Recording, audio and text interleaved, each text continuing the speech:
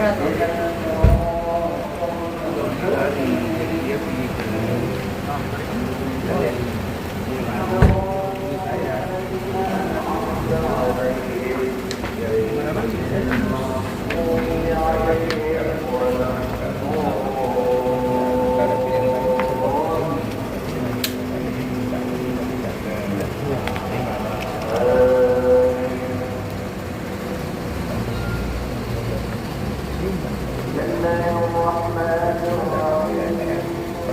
istri saya. Laki-laki kan saya kan. Akhirnya dia rombongan. Saya jaga istri lah. Dan dia ada. Saya nggak tahu, saya nggak duga wangi.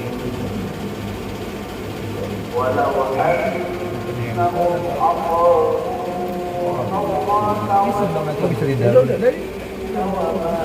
Kok dengan polisi bisa berani ya? Bukan FBI, makanya kita laporin. Oh, oke. Kita proses. Bang, mungkin tadi sedikit gimana bang? Ya dek, matiin kenapa? Tadi sedikit gimana Bang? Mungkin akhirnya apa pecah tadi seperti itu bang?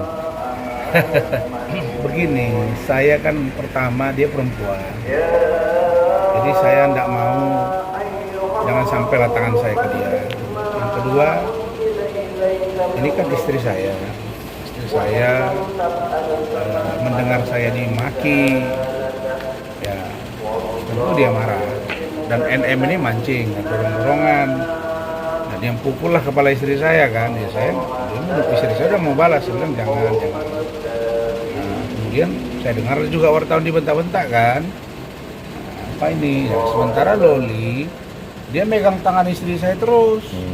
Karena Lolinya nggak mau, saya nggak mau ditinggal tante, saya mau di rumah tante, saya mau di rumah om. Mulai hari ini saya tunjuk Om Rasman kuasa hukum saya mau tidur rumah om, saya nggak mau gitu. Jadi saya melerai istri saya dengan MM. Jangan sampai berantem, orang pada nonton. Maksudnya orang pada mengamankan, jangan sampai ribut. Nah, saya nggak tahu tiba-tiba karena dia nggak berhasil apa itu ke saya. Ya udah, jadi tadi ya saya kira ini harus ada pembelajaran hukum dan ya menurut saya NM ini mempertinggi tempat jatuh gitu, Ya sudah, jadi saya tadi bilang nggak ada cerita, saya buat laporan langsung diterima. Kemudian kita baru selesai visum, ya sudah ketemu dengan Pak Kasat, sudah saya tunjukkan, bahkan kacamata saya ini kacamata saya bengkok nih. Itu ini kena pukulnya tuh bang? Ya kan, kalau saya lihat itu tangan dia sama handphone dia gitu. Ya itulah pribadi dia gitu. Tapi saya jujur ya, saya malah makin semangat untuk membantu Loli. Setelah Loli tadi bercerita dengan penuh air mata, saya dengar sendiri dia histeris. Nah, saya melihat, ya saya bilang sama Loli kamu sabar. Nah, ini harus kita lalui dan kamu harus bersabar sampai dia juga bilang dia 28 Mei dia akan 18 tahun.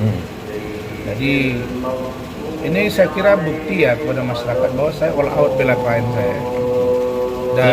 Dan yang harus kita ingat bahwa kasus ini sudah berjalan. Lolinya pun sudah tidak sabar. Kenapa? Karena di safe house itu menurut dia justru tidak aman dan tidak nyaman. Nah, seperti apa? Dia sudah ceritakan bahwa di situ bergabung dengan ini macam-macam. Nah, kemudian di tempat yang lain juga. Nah, akhirnya dia tadi cabut. Dia lari. Nah, tiba-tiba saya pulang dari pengadilan, terus saya pergi ke tempatnya persemayaman rekan kita Alvin Lim. Saya wawancara di sana lama, kemudian saya sampai rumah, tiba-tiba ada telepon yang saya nggak lihat siapa, saya biarin miss call terus. Tahu-tahu dia bilang saya Loli, saya nggak percaya karena Loli ada banyak orang yang mengatasnamakan Loli ke saya. Nah, tiba-tiba dia kirim voice note, saya dengarin loh kok mirip. Nah, akhirnya Om izin saya video call. Nah video call lah, kaget lah saya udah buka baju, saya udah mau ganti sarung. Loh, kamu lari di mana Om? Saya di depan kantor Om. Kamu kenapa? Saya lari Om, saya udah gak kuat, dia nangis-nangis. Bantu saya Om. Ya saya kan pakai logika. Apa yang harus saya lakukan? Ya saya langsung beritahu keluarga, semua mereka sudah pada tidur pikiran saya karena 11:30 sudah. Ya kan? Nah jadi saya berpikir ya sudahlah kalau memang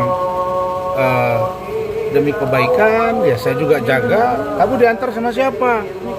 Saya pakai Gojek Om, Maxim. Mana orangnya? Telepon sama saya. Bapak jangan pergi ya. Nah, tunggu di situ. Nah, terus saya juga berpikir nggak mungkin saya bawa ke kantor saya, jangan sampai dikira nanti saya merekayasa. Nah, terus saya bilang udah kalau begitu kamu ke hotel yang di depan ATM Center sebelah kantor saya, di situ ada hotel. Dia, oh ya Horizon Om, ya udah kamu di lobi. Tunggu di situ termasuk dengan Bapak yang membawa Maxim. Berarti emang dari safe house itu Pak, Iya. Bang Rasman itu dari jam berapa Bang? Berarti Katanya dia jam 10 lewat keluar malam. Dia lari lah ya. Nah lalu sampai situ saya suruh, oke saya datang. Begitu datang kita rekam. Karena saya nggak mau nanti fitnah gitu loh. Jadi karena situ ada CCTV apa, udah kita interview. Nah, di situ gimana nih Om, saya udah nangis-nangis. Ya saya pikir Polda, Polres, kemudian Mabes, kemudian KPAI, Kemen PPA atau gimana gitu. Saya diskusi. Saya ke Polres lah ditangani kan. Tapi dia nggak, saya nggak mau di Polres gini. Dia kurang nyaman, cerita lah dia semua. Nggak mungkin saya cerita sini masalahnya. Ya sudah, kamu saya bawa ke Polres. Nanti kalau kamu mau supaya kamu tidak di safe house, harus ada yang memantau, yang mengawal, melihat perkembangan. Nah, nanti kita bicarakan. Nah itu makanya saya bawa ke sini. Kan niat saya baik, saya bawa ke sini. Tapi supaya mereka mendengar apa yang dia rasakan selama di safe house. 3 bulan di safe house, satu lagi tadi ada namanya saya lupa. Nah, di situ juga dia mengalami hal yang sama. Nah, jadi menurut dia sampai dengan hari ini belum pernah NM tuh menemui dia di safe house. Nah, jadi selama ini NM tuh ngomong jumpa apa nggak ada. Dan menurut pengakuan dari Loli, pengacaranya juga nggak pernah dampingi Loli. Nah, jadi kalau menurut saya ini kasus serius, melebar kemana-mana, tapi tetap harus fokus. Ini harus tuntas. Kasus Fadel kalau tidak terbukti jangan paksakan. Kalau Anda mengatakan ada bukti, Anda tersangkakan, berarti Anda harus siap untuk konsekuensi. Kami lakukan upaya hukum, kan sudah saya bilang pahit-pahit. Nah, jangan berlarut. Nah, ternyata dia merasakan, saya ingin cepat Om. Pusing saya, katanya. Saya di sini seperti apa ini? Nah, jadi ini sebetulnya keinginan agar ini cepat selesai karena memang dia bilang saya tidak melakukannya dengan Fadel. Bagaimana dia sebelum dengan Fadel, dengan itu dia cerita semua tadi. Jadi saya kira ini kita mesti kawal kasus ini dan laporan saya harus jalan. Saya minta NM ditindak. Harus ditindak. Dan ini bukti lukanya sih. masih dulu aja Bang, masih dulu aja. Bang, tapi Bang, mungkin sedikit tentang luka ini Bang. Di bagian mana Bang yang Ini. Ini luka yang tadi Bang, yang sempat kena terpukul itu Bang ya? Apa? Luka yang tadi yang sempat kena terpukul itu atau gimana? Bukan terpukul, dipukul. udah sama saya Bang?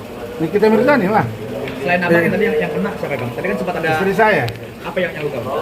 Dia dipukul kepalanya. Ya cuma tangannya tadi ada biram lah. Tapi saya pikir dia nggak usah lah. Karena ini memang langsung fakta. Saya bukan apa-apa, ini dia perempuan. Kalau laki kita gas lah. Jadi makanya tadi saya mau coba-coba masuk pengacaranya, sebenarnya nggak usah campuri lah. Urus saja klien, saya bilang. Nggak usah sok inilah. Tadi kan datang Fahmi kan. Nah, saya itu ya jantan ke jantan gitu. Tapi sekarang gini, ada orang minta tolong ke saya.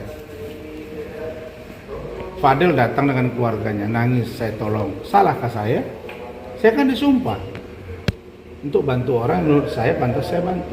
Terus ada orang lari dari safe house yang kita tahu bahwa selama ini safe house itu tempat yang aman, nyaman.